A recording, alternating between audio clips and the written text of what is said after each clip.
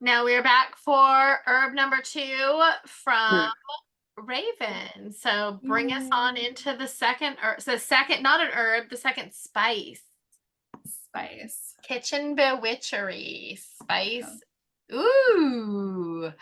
turmeric. I'm Okay. excited. Oh my gosh, look at that turmeric. I know, it's not a good picture. Very I excited. wasn't able to go as in depth into this one as Cayenne. I kind of ran out of time, but I feel like I got some good stuff. Okay. So botanical name is Curcuma longa.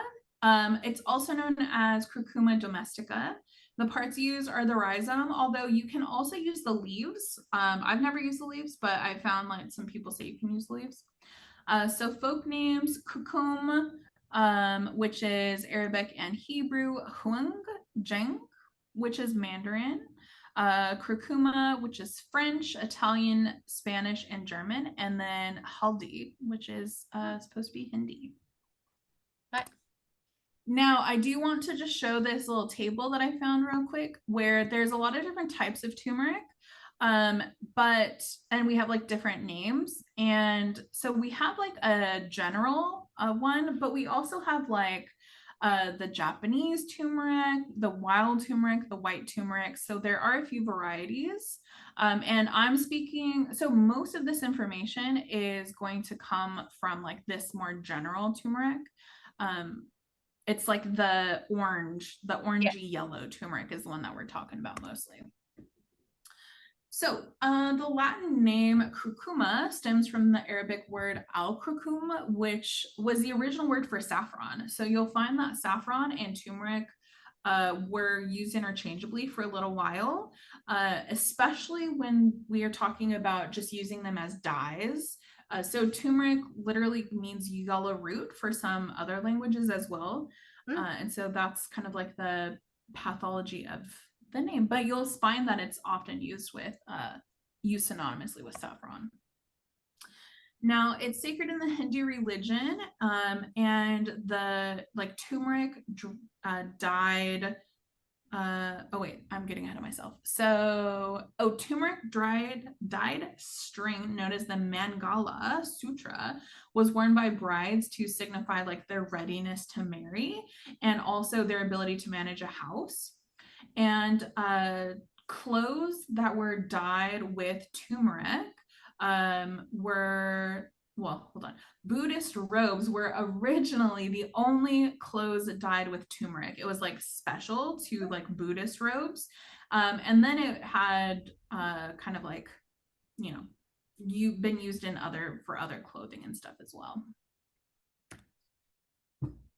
So this is interesting. So in Hinduism, an offering called a argaya is a ritual of like reverence and respect and hospitality.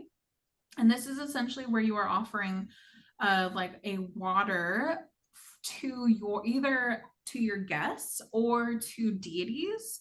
And so it's a way of showing like gratitude and stuff. And so this is often used in like washing the hands and washing the feet. And I found some mixed information on it. So some people said that turmeric was among the 8 ingredients mixed with water to perform this. I could not find anywhere except for one place where turmeric was listed as one of the ingredients. So this is the ingredients that usually I find. So water, milk, this kusua grass, yogurt, patty rice, which is like puffed rice, sesame seeds, barley, and white mustard seeds. This is like the common 8 ingredients that I found amongst most sources. Okay. In one source, I did find that if the water was made as an offering to the sun god Surya, then you would add turmeric, which makes sense because turmeric is often associated with like sun deities.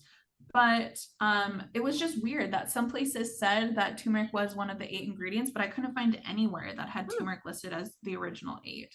So that was a little interesting. So it's often associated with the Hindu goddess of fertility, Uma, which I think that we've talked about before. And so it's heavily associated with like fertility and prosperity. It's also used in Hindu weddings. It is used to enhance the glow of the bride, also as a purification before the wedding, and a blessing of like fortune and prosperity. It's also used as a calming agent to dispel nervousness, like before the wedding. And it is a main offering to the Hindu god Kanoba, which is said to be a manifestation of Shiva. And so this often, like it giving it as an offering, usually takes place during the Bandara festival, where families pray for marital bliss and prosperity. So we see it like pretty often being used in different like rites and rituals of prosperity and happiness at home. So the goddess Durga's face is known to emit the radiant turmeric glow. And so it's heavily associated with her. Turmeric water is often given as an offering to Kali. And then also to appease the planet Jupiter in your birth chart, which I'm not sure what that means. I just like it as an association with Jupiter. You can wear turmeric root to your... Yeah, right. To your neck or your wrist on Thursdays, especially because Thursdays is like Jupiter's day. Okay, so medicinal for Western, I think is that what we're on? Yeah, Western. So brain, immune system, cardiovascular system, digestive system, and skin. So key actions are anti-inflammatory, antioxidant, antiseptic, antibacterial, digestive, and anti-mutagenic. I looked that up. I forgot what that means though. Probably my guess is that like some sort of like anti-cancer and like we That's what I would, yeah, let's say yeah, like when cells mutate, I think. Oh, it's anti-mutagenic is able to counteract the effects of mutagen. Oh, okay. Which I'm guessing are things that mutate. I know. Exactly, yes. So what, like radiation or something? I don't know. So medicinal uses, joint mobility. Yeah, reducing the rate of mutation. So okay, yeah, perfect. That makes sense then. So it's good for Alzheimer's, cancer, degenerative diseases, digestion, arthritis, heartburn, all kinds of stuff.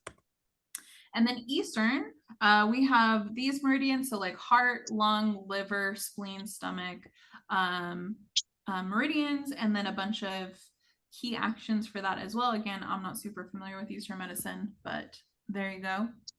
Moves blood, relieves pain, that kind of stuff. Spells wind. Yes, important. And then here's just more uses of that, more like Eastern medicinal uses. Again, heavy on like pain, getting rid of pain, and like blood stagnation, stagnant blood, that kind of stuff. A lot of women's stuff, menstruation, a lot of women's all stuff. Of it. Yeah, that was like the whole thing was definitely, yeah. It's supposed to be good for heart disease, which because it basically like strengthens the blood vessels and kind of allegedly helps reverse the hardening of the arteries. And so it's supposed to be really good for that. It also helps like deactivating the platelet activating factor, PAF. And so, which again is just helping with cholesterol, basically. It's helping so that plaque cannot build up on your arteries. Now, curcumin is the anti-inflammatory property in turmeric. It is fat soluble. So turmeric, so like this compound is more readily available to your body if you eat fatty foods with the turmeric.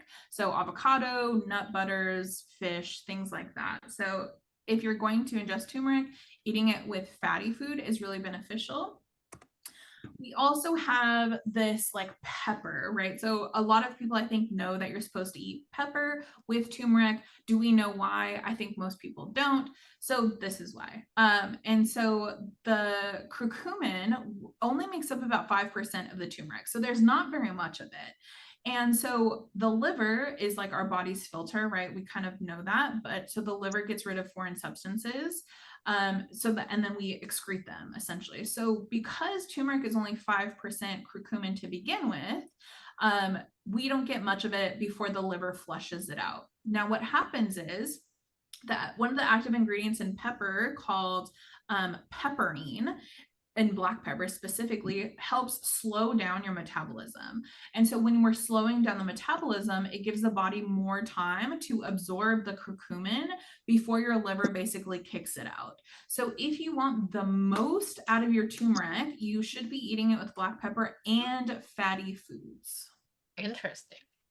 Sounds like a good Yes. dinner. Yeah, I love turmeric. I love turmeric in my rice and my tofu. It's so good. I need a lot more fat in there. I don't hear any fat. I know, yeah. Some like coconut, high fat coconut, whatever, milk or whatever that is. I mean, I definitely put it in like my curry and stuff, but yeah, well, the fat I didn't know about. I obviously always put pepper in there, but the fat I didn't know about. So now I will be putting some fat in there. Maybe yeah, some like butter or like coconut cream or something. Okay, so nobody really seems to agree on the elemental correspondences. Some say air, some say fire. I don't really know. I kind of like it for air because it's so, typically I associate air herbs with things that are very aromatic. And I feel like turmeric is pretty aromatic, but I don't know. I could see fire as well. What do you think? I know, I was trying to think about it because what are its actions are like, it's very good with, what is it, a lot of like women's issues and a lot of anti-inflammatory is like, it's like modern, like it's what is it, pop culture kind of thing is that it's anti-inflammatory. So I was thinking like what kind of herbs, probably, I don't know, what are like fire herbs or like spicy or hot or snappy or something? There's some reason I don't see this as really a fire herb, probably. I don't either. I could other maybe than see its it as color, herb. maybe like they're talking about sun color, maybe something like that. I could also see it as earthy because it's a rhizome. It's what? What did you say? Roz? You go, Roz. What did you say, Roz? Oh, she left. Oh, no. I don't know, but I could see it as like an earthy herb as well because it's a rhizome. It grows in the ground. I feel like a lot of plants that grow like deep in ground can't, like ginger I associate with fire and earth a bit. So yeah, I don't know. Roz is now involved. Oh, she's back. Hello, did you have something to say? We were waiting for you about the element association of turmeric.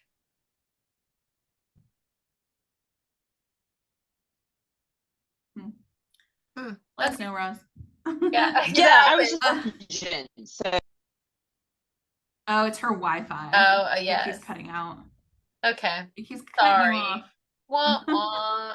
I want to hear what you have to say too. I hate that. You could put it in the chat. I'm sorry. What was the elemental association?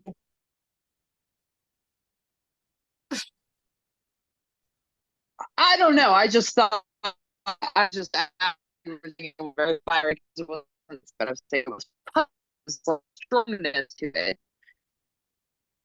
But I don't have an element for it. I think you were speaking another language, maybe. I'm sorry, Ron. We're getting like every half a second you cut in and then cut out and then cut in. I know. I'm like, is she talking English? Totally. There we go. I did hear she said no. Oh, she was. She's on anyways. Exactly. So, it said that malevolent spirits, including like angry dead, can be sent away with the smell of turmeric. Again, associating it with air, I would say. Yes. It's good for healing, strength, vitality, and air or earth even, because I like the root of it. It's like, that's what I said. Yeah, right. I said like why anything isn't it that grows in the earth. Exactly. Like the potent part is that root. Like and like the women's and like menstruation, and it seems really like earthy and voidy and bloody. Yeah. Anyway. That's exactly what I said. I agree with that. Okay. Totally agree with that. So the yellow color, because it is, if you have never seen turmeric, it is very, very like colored. It is very bright. And so it's useful in like anything that you want to do with yellow. So yellow is usually associated with like abundance, happiness, energy, sun, healing, warmth, all of that stuff. And that's it. Yay! Yay! And I don't have any recipes for turmeric, unfortunately. Oh, I ran out of time, but that's okay. That's good. Okay.